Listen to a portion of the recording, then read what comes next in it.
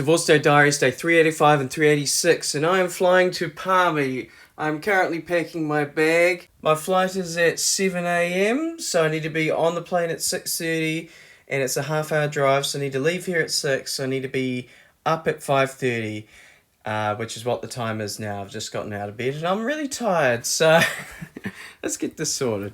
If you're thinking I left that to the last minute, yes I did.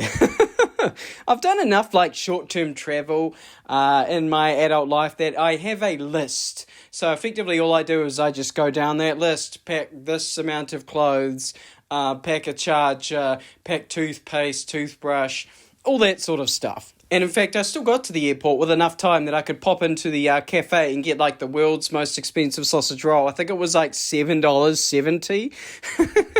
But that was breakfast sorted. And then it was on to reading my book. And yeah, I did take 2 books because I realized that I'm almost done with my first. And I was like, I'm going to finish this on the plane.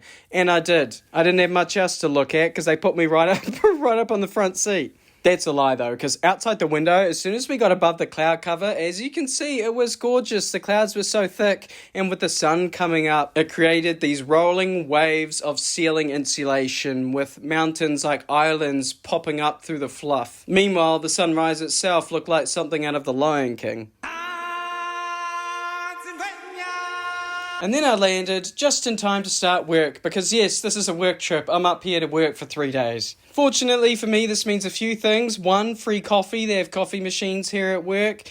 2, cheap food. They have a cafe here with subsidised food. And 3, I get to see friends. So I'm staying in the Quality Suites apartments, or at least that's what they used to be called. They're called Encore now, which is confusing because I booked it in one name and arrived and the hotel had a different name. But every time I stay here, I always stay in the same room, and it gives me this view over the back of the city where I can see the Tararua Ranges and a few ceilings as well. 5 a.m. start is kicking me in the butt though. It got to late afternoon and I'm sitting there I'm exhausted. It must be home time already. And then I have a look at the clock and it's 3 p.m.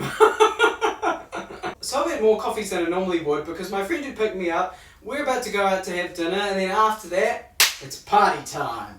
First off, I gotta get out of these clothes. Seriously, work clothes, not doing it for me.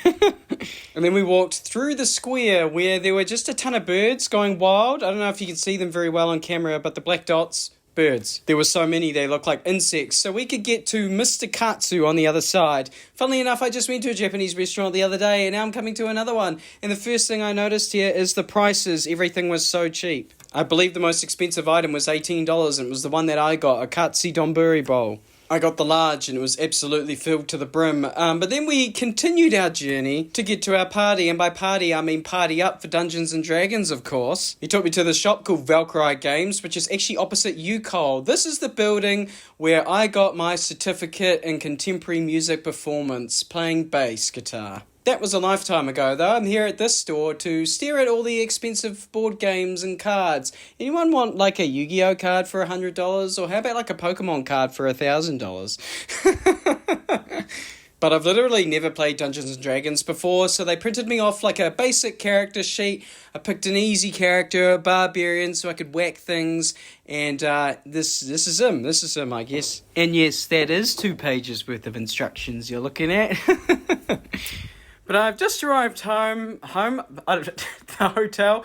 I don't know if you can call this home, but it's about 10 p.m. at night. The game took about 3.5 hours, and I gotta say, I actually had a lot of fun. The random backstory they gave me was a farmer, so I called my character Tim, and I was like, "Hi, I'm Tim, I'm a farmer, and I just want to whack things with my axe." And I ended up dying. I was the only person who did not survive the campaign in my first ever go of Dungeons and Dragons. It was a big heroic sacrifice. It was quite funny. I had a laugh. And they were all very friendly. I didn't go to a beginner's table. There are beginner's tables, but they're filled with children, so we went and hung out with the adults.